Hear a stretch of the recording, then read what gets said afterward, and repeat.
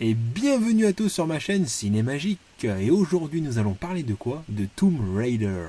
Nouvelle adaptation du jeu vidéo, et comme on le sait, ce n'est jamais une partie de plaisir. Je sais. Alors cette adaptation est clairement une revisite du jeu sorti en 2013. Très bon jeu d'ailleurs, pour ceux qui ne l'ont pas encore fait. On y retrouve une Lara beaucoup plus jeune, confrontée aux forces de la nature, avec plus de férocité, de violence si on veut, toujours avec des énigmes, des mystères à résoudre, etc.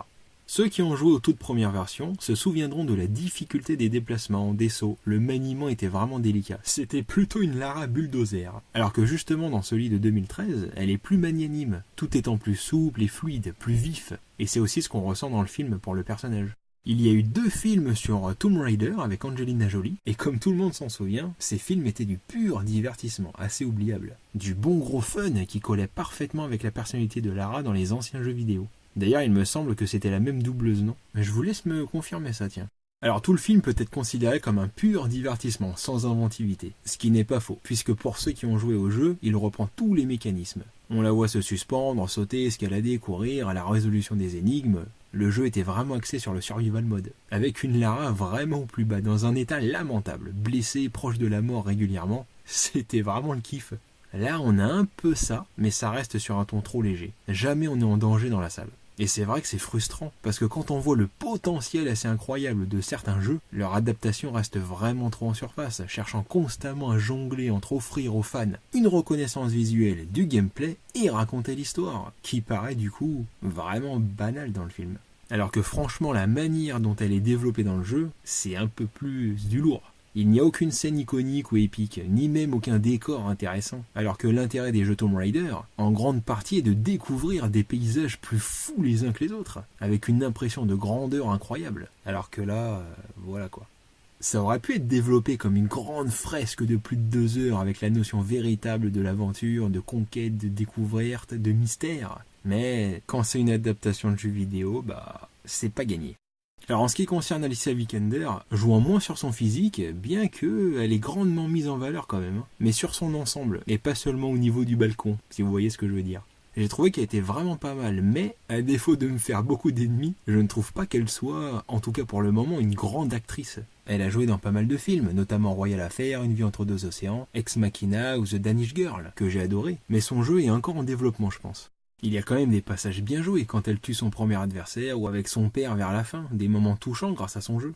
Son personnage est agréable, elle est jeune, dynamique, essayant d'être identifiable facilement par le spectateur. On commence comme une jeune un peu rebelle qui petit à petit va se dévoiler et finalement à la fin du film, elle nous fait un retour du Jedi, ou un retour du roi plutôt. Dans les jeux, on est vraiment avec Lara, et nous sommes maîtres de notre situation. Ici, ce n'est presque jamais le cas. Mais évidemment, on peut pas développer un film de la même manière. Le personnage a un côté badass, comme on dit. De gérer les situations, de surmonter tous les obstacles. Elle est balèze aussi bien physiquement que mentalement.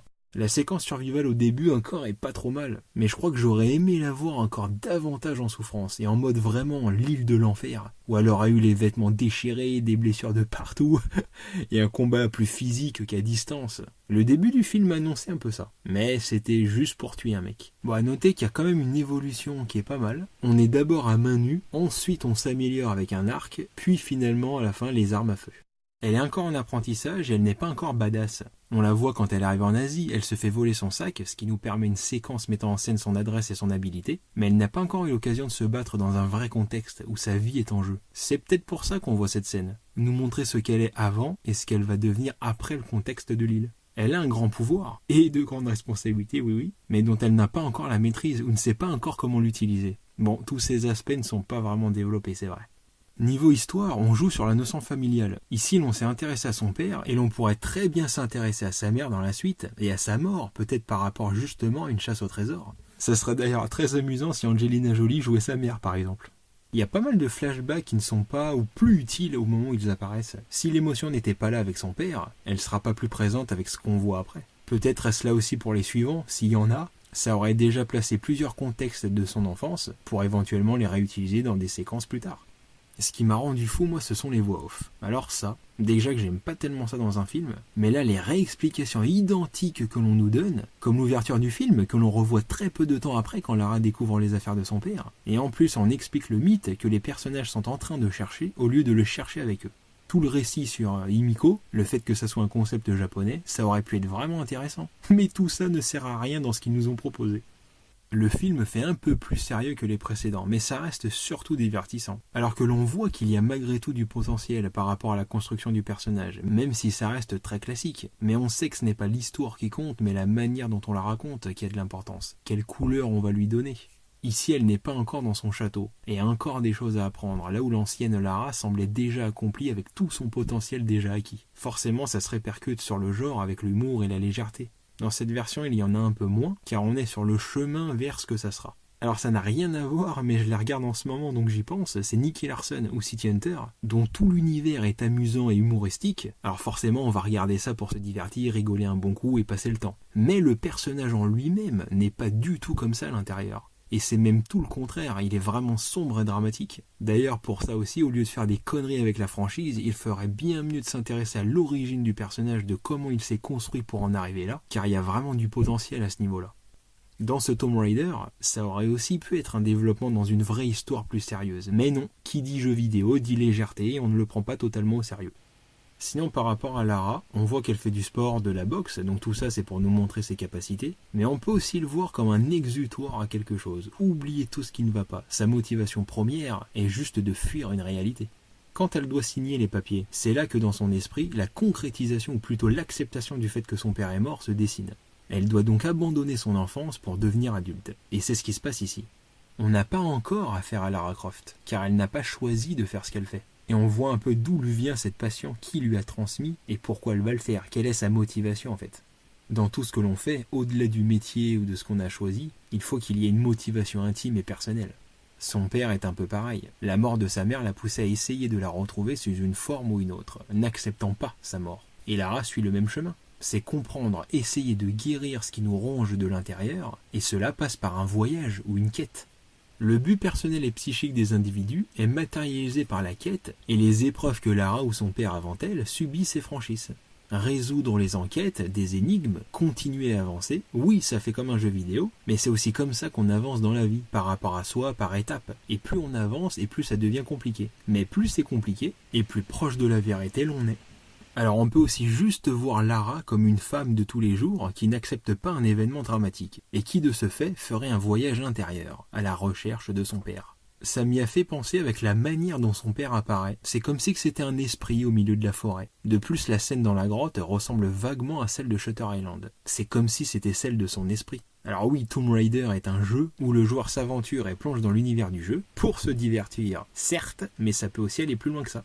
Elle renoue avec son père jusqu'à comprendre toutes ses absences, le sens de toute sa vie, et qu'elle est sur le point de véritablement le perdre. Petite, elle savait qu'il reviendrait. C'est un long parcours vers l'acceptation de sa mort et d'un héritage qui attend qu'elle prenne le relais. L'île symbolise une partie de l'inconscient qui remonte à la surface, se dévoilant à la lumière du jour. Quelque chose dont Lara est obligée ici d'affronter. C'est comme si Lara, qui était sur le point de signer, au lieu de partir, elle entrait dans la matrice pour dénouer ses propres angoisses. Tomb Raider, c'est l'explorateur, l'aventurier qui sommeille en nous et qui choisit de parcourir les horizons à la recherche et la découverte des mystères dissimulés depuis les temps anciens. C'est dans le même sens que d'aller au plus profond de soi-même pour y comprendre la corrélation qui existe entre nous et les mythes anciens. C'est le chemin de la pierre philosophale. Alors oui, il ne faut pas aller trop loin, mais ce sont des éléments que l'on peut percevoir quand on s'intéresse au fond de l'histoire. Après, la forme ne reflètera pas forcément ça. D'ailleurs, le seul lien avec le mythe, finalement, c'est que Himiko soit liée à la mort. Et c'est bien la mort qui tourmente à la fois Lara et son père. Et aussi le fait que Himiko soit masquée nous donne une idée de l'étrangeté, de ce qui est dissimulé. Et la vérité sur Himiko se dévoile au moment où l'on enlève son masque, si on peut dire ça ainsi. Himiko a sacrifié sa vie pour préserver l'humanité, et le père de Lara aujourd'hui fait de même, ce qu'elle ne comprend pas encore. C'est pour montrer qu'à travers les âges, à travers les mythes et légendes, se dessinent les mêmes réflexions, les mêmes démarches, les mêmes luttes qui perdurent à travers le temps et s'engendrent à l'intérieur de chaque individu. C'est la connexion entre passé, présent et futur. Le fait de croire à la magie ou à ce qui est au-delà permet d'avoir une valeur ou un respect pour les forces de la nature, là où celui qui n'en a pas agit de manière plus primaire avec le côté business, pouvoir que ça peut apporter.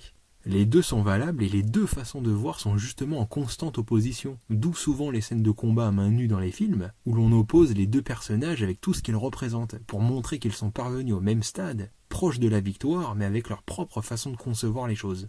On avait un peu ça, je crois, dans le premier Tomb Raider, où il y avait la pyramide, et Lara grimpait dessus en opposition avec son ennemi, comme s'il représentait les deux faces d'une même pièce, et qu'il formait un tout en fait. Ensuite, c'est la morale de l'époque où l'on se trouve qui détermine celui qui gagne. Mais les deux façons de penser restent valables, et continuent d'exister. Pour ceux qui connaissent la référence, c'est dans un manga japonais où l'un des personnages dit « Les gros poissons mangent les petits ». Il y a aussi l'état dans lequel se trouve le chinois Lu Ren, qui est le même que celui de Lara au final. Quelque part, il se sent refusé de vivre à cause de ce mystère passé non résolu.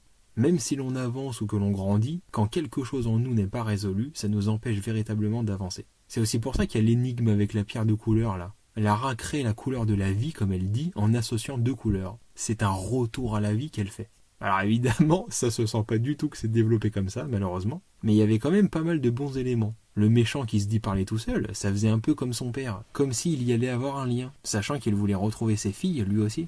C'est vraiment dommage de rester en surface. Voilà, je pense qu'on va s'arrêter là. Ce n'est pas un grand film, rien de révolutionnaire, rien d'innovant. Une simple adaptation de jeu vidéo qui essaye d'être plaisant avec une légère proposition. Mais ce n'est pas mémorable et dans quelques jours je l'aurais sans doute oublié. Peut-être que certains diront qu'il serait mieux enfermé dans un tombeau, hein. Ok, je m'enterre. Continuez à voir des films, quant à moi je vous dis à bientôt et que la magie soit avec vous.